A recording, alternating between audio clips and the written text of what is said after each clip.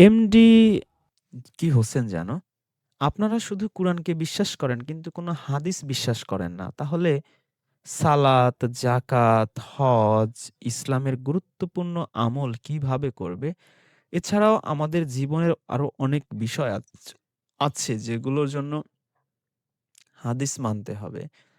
ওই মাওলানা কি যেন ওনার নাম ভুলে গেলাম। তার মতো করে বলতে হয় নতুন, নতুন। ভাই আপনি মনে হয় নতুন আসছেন আরকি এই পথে অনলি কোরআনের। আপনার জ্ঞাতার্থে বলছি যে আ শুধু কুরআনই বিশ্বাস করতে হবে। যদি মুসলিম হইতে হয়, যদি কুরআন শুধু বিশ্বাস করতে হবে শুধু কুরআন। যদি কেউ হাদিস মানা তো অনেক দূরের কথা, বিশ্বাস করে সে মুশরিক হয়ে যাবে। আপনি বলতে পারেন যে আপনি তো গায়ের জোরে বলছেন। আমি গায়ের জোরে বলছি না। কুরআনেই আল্লাহ এই কথা বলেছেন। আপনাকে আমি একটা আয়াত দেখাই মাত্র। আরো অনেক আয়াত আছে। আপনি আমাদের চ্যানেলের ভিডিও দেখলে আপনি ডিটেইলস জানতে পারবেন। আপনাকে আমি মাত্র একটা আয়াত দেখাচ্ছি। সেটা হচ্ছে আ যারা হাদিসের লোক তারা তো আবার সূরার নাম্বারও মুখস্থ রাখতে পারে না। এটা হচ্ছে ৪৫ নাম্বার সূরা জাসিয়ার ৬ নাম্বার আয়াত।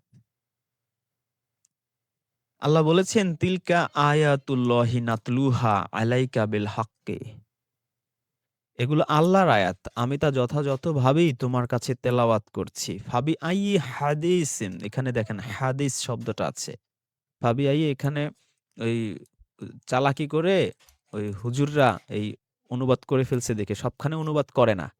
যেমন দেখবেন রুকুর অনুবাদ করে না। রুকুর জায়গায় রুকু লিখে রাখে। সিজদার জায়গায় সিজদা লিখে রাখে। মসজিদের জায়গায় মসজিদ লিখে রাখে। জান্নাতের জায়গায় জান্নাত লিখে রাখে। জাহান্নামের জায়গায় জাহান্নাম লিখে রাখে। কিন্তু ইন্টারেস্টিংলি হাদিস যেখানে আছে, যেখানে কুরআনে আছে, এরা সবখানে ওইটা লেখে নাই। হাদিস আর লেখে নাই। ও লেখছে কথা, কখনো লিখছে বাণী। এইরকম একটা দুষ্টামি করছে আরকি। যাই হোক, আল্লাহ বলেছেন, "ফাবি আইয়ি হাদিসিম বা'দাল্লাহি ওয়া আয়াতিহি ইউমিনুন।" আল্লাহ ও তার আয়াতের পরে আর কোন হাদিসে তোমরা বিশ্বাস করবে? তো আল্লাহ আমাদের বলেছেন যে আল্লাহ এবং তার আয়াতের পরে আর কোন হাদিসে তোমরা বিশ্বাস করবে? এবার আসি আপনাকে কুরআনের বিষয়ে। এটা হচ্ছে ৩৯ নাম্বার সূরা জুমার এর ২৩ নাম্বার আয়াত। এখানে আল্লাহ বলেছেন, "আল্লাহু নাজ্জালা আহসানাল হাদিসি কিতাবাম মুতাশাবিহা মাসানি নাত" তাকশাবিউ তাকস একটু কাছে এনে নেই। ভাই আমি হাফেজ না কিন্তু। আসিফ মহিউদ্দিন বলছে আমি মনে হয় হাফেজ। আসলে আমি হাফেজ না। এজন্য দেখে, দেখে পড়া লাগতেছে। তাকশাবি ইররু মিনহু জুলুদুল্লাযিনা ইয়াকশাউনা রব্বাহুম সুম্মা তালিনু জুলুদুহুম ওয়া কুলু আচ্ছা এতটুকু পড়া লাগবে না। ১ম থেকে বলি আরকি। আল্লাহু নাজ্জালা আল্লাহ নাজিল করেছেন আহসানাল হাদিস। আল্লাহ নাজিল করেছেন আহসান মানে হচ্ছে সবচেয়ে উত্তম আরকি বেস্ট, চমৎকার। আল্লাহ নাজিল করেছে আহসানাল হাদিস সবচেয়ে চমৎকার হাদিস। এখানেও দেখতে পাচ্ছেন আপনি যে হাদিস শব্দটাই আছে। কিন্তু এটার অনুবাদ করছে বাণী। তো জান্নাতের অনুবাদ তুমি করলা না, জাহান্নামের অনুবাদ তুমি করলা না। হ্যাঁ, রুকুর অনুবাদ করলা না, সিজদার অনুবাদ করলা না।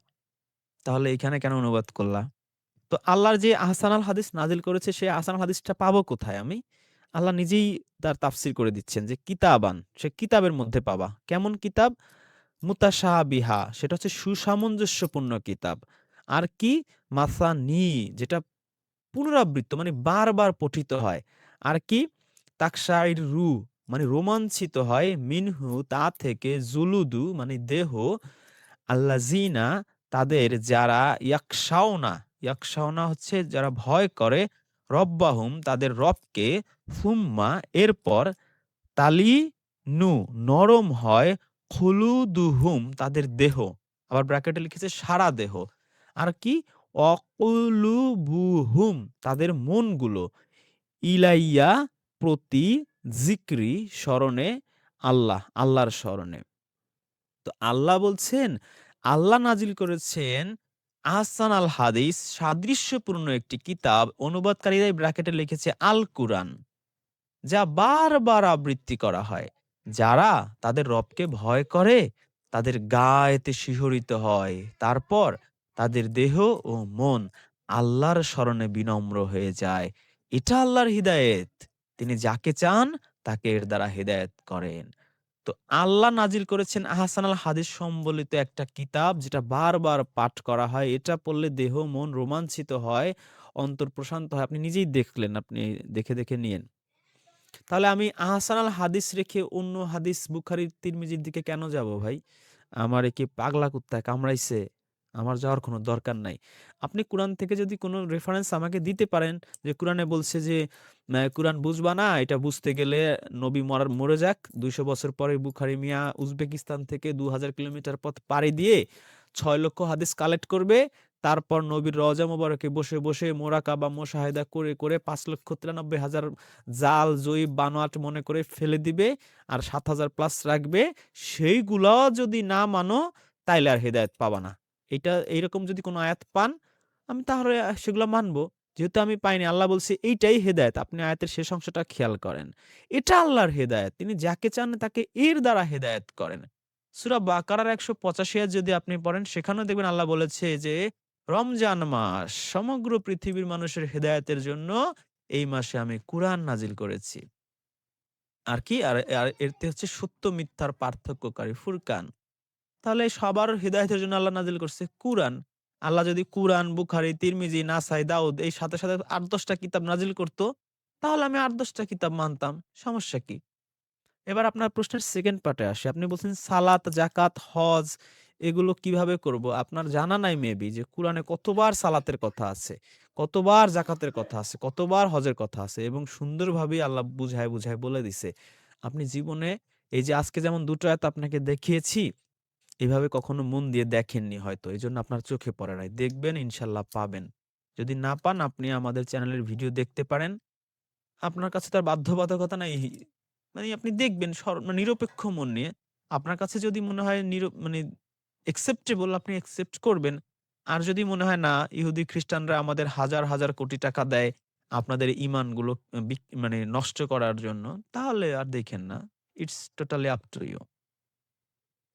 আচ্ছা, আমাদের সাথে নিউ ইয়র্ক থেকে যোগ দিয়েছেন হাসান ভাই।